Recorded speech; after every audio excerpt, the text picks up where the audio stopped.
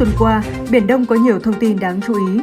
Thủ tướng Chính phủ Phạm Minh Chính tiếp xúc với nguyên thủ các nước Australia, Pháp bên lề hội nghị biến đổi khí hậu lần thứ 26 COP26 tại Glasgow, Scotland, Anh đã trao đổi về các vấn đề khu vực và quốc tế, trong đó chia sẻ một số quan điểm liên quan đến Biển Đông. Philippines yêu cầu Netflix gỡ phim có bản đồ yêu sách đường 9 đoạn của Trung Quốc. Bộ Ngoại giao Việt Nam lên tiếng về thông tin các tàu cá Trung Quốc quay lại bãi Ba Đầu thuộc quần đảo Trường Sa của Việt Nam. Sau đây là các tin chi tiết.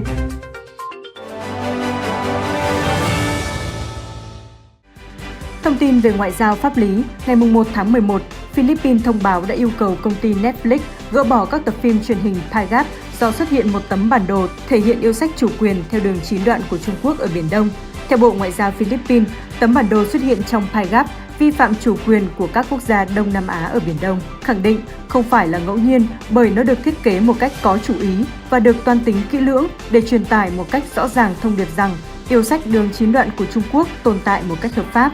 Được biết, tháng 7 năm 2021, bộ phim này đã được Netflix gỡ bỏ sau khi Việt Nam yêu cầu.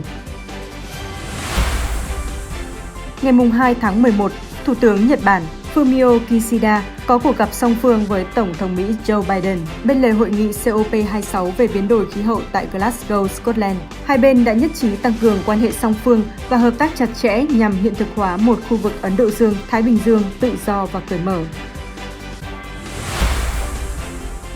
Theo nguồn tin từ hãng ANI, ngày 5 tháng 11, người đứng đầu cơ quan quốc phòng Đài Loan Trần Minh Thông cho biết, dựa trên những thông tin tình báo Đài Loan thu thập được, Trung Quốc sẽ không tấn công các đảo xa bờ của Đài Loan trong nhiệm kỳ của Tổng thống Thái Anh Văn. Vấn đề này hiện vẫn đang được cân nhắc trong nội bộ Trung Quốc. Giới học giả quốc tế phát biểu đề cập đến nhiều khía cạnh của vấn đề Biển Đông. Trong đó, học giả Campuchia Changvanarit nhận định năm 2020, với cương vị là Chủ tịch ASEAN, Campuchia sẽ cố gắng tạo điều kiện thuận lợi cho các cuộc đàm phán COC với hy vọng kết thúc vào cuối năm, dự đoán sẽ có một tuyên bố chung để kỷ niệm 20 năm DOC. Học giả Philippines Richard Heydarian cho rằng ngoại giao nước đôi thầm lặng khéo léo của Malaysia song song với việc thúc đẩy quan hệ hợp tác quốc phòng với các nước ngoài khu vực, giúp nước này tận dụng dư địa để bảo vệ lợi ích của mình ở khu vực. Trên thực địa, thông tin về kết quả điều tra liên quan đến việc tàu ngầm Mỹ USS đâm phải vật thể lạ ở Biển Đông đã được công bố trên trang thông tin của Hải quân Mỹ USNI News ngày 1 tháng 11. Các nhà điều tra xác định chiếc tàu ngầm mắc cạn trên một ngọn núi ngầm dưới biển và vị trí của ngọn núi này chưa được xác định trước đây. Hạm đội 7 của Hải quân Mỹ đã xác nhận báo cáo của USNI News. Tuy nhiên, phía Hải quân Mỹ không tiết lộ vụ việc xảy ra ở đâu, dù các quan chức Hải quân giấu tên khẳng định vụ việc xảy ra ở Biển Đông.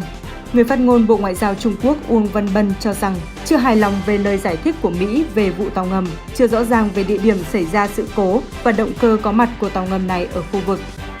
Trong khi đó, cựu sĩ quan tình báo Mỹ Scott Ritter cảnh báo vụ tàu ngầm là lời cảnh tỉnh cho Mỹ về chính sách Biển Đông của nước này, nhưng cũng cho rằng vụ việc tạo cơ hội để Trung Quốc và Mỹ hạn chế các hành động và phát ngôn khiêu khích, thay vào đó là tìm kiếm giải pháp ngoại giao để giải quyết các vấn đề gây chia rẽ hai nước.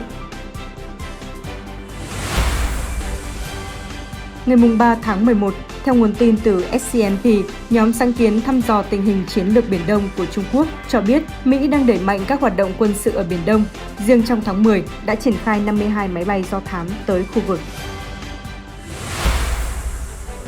Một số thông tin nổi bật trong nước tuần qua. Nhân dịp dự hội nghị COP26 tại Glasgow, Scotland, Vương quốc Anh, Thủ tướng Phạm Minh Chính tiếp xúc song phương với Thủ tướng Australia Scott Morrison, Chủ tịch Hội đồng châu Âu Ursula von der Leyen, Thủ tướng Pháp Jean Castex. Các nhà lãnh đạo đã trao đổi nhiều vấn đề khu vực và quốc tế, trong đó có vấn đề Biển Đông, chia sẻ quan điểm về tầm quan trọng của việc bảo đảm an ninh, an toàn, tự do hàng hải và hàng không trên các vùng biển và đại dương, trong đó có Biển Đông, trên nguyên tắc của luật pháp quốc tế, đặc biệt là Công ước của Liên Hợp Quốc về luật biển năm 1982. Bên cạnh đó, ủng hộ trung tâm ASEAN cũng như tầm nhìn của ASEAN về khu vực Ấn Độ Dương-Thái Bình Dương. Ngày 4 tháng 11, tại cuộc họp báo thường kỳ, Phó Phát ngôn Bộ Ngoại giao Việt Nam Phạm Thu Hằng yêu cầu Trung Quốc rút tàu cá khỏi các vùng biển của Việt Nam, tôn trọng chủ quyền Việt Nam trước sự xuất hiện trở lại của các tàu cá Trung Quốc ở bãi Ba Đầu thuộc cụm sinh tồn quần đảo Trường Sa, chủ quyền của Việt Nam. bà Hằng nhấn mạnh việc các tàu Trung Quốc hoạt động trong phạm vi lãnh hải sinh tồn thuộc quần đảo Trường Sa của Việt Nam đã xâm phạm nghiêm trọng chủ quyền của Việt Nam, vi phạm các quy định của UNCLOS 1982 và đi ngược lại tinh thần, nội dung tuyên bố ứng xử của các bên ở Biển Đông. Bà Hằng tái khẳng định Việt Nam có đầy đủ cơ sở pháp lý và chứng cứ lịch sử để khẳng định chủ quyền đối với quần đảo Trường Sa, các quyền chủ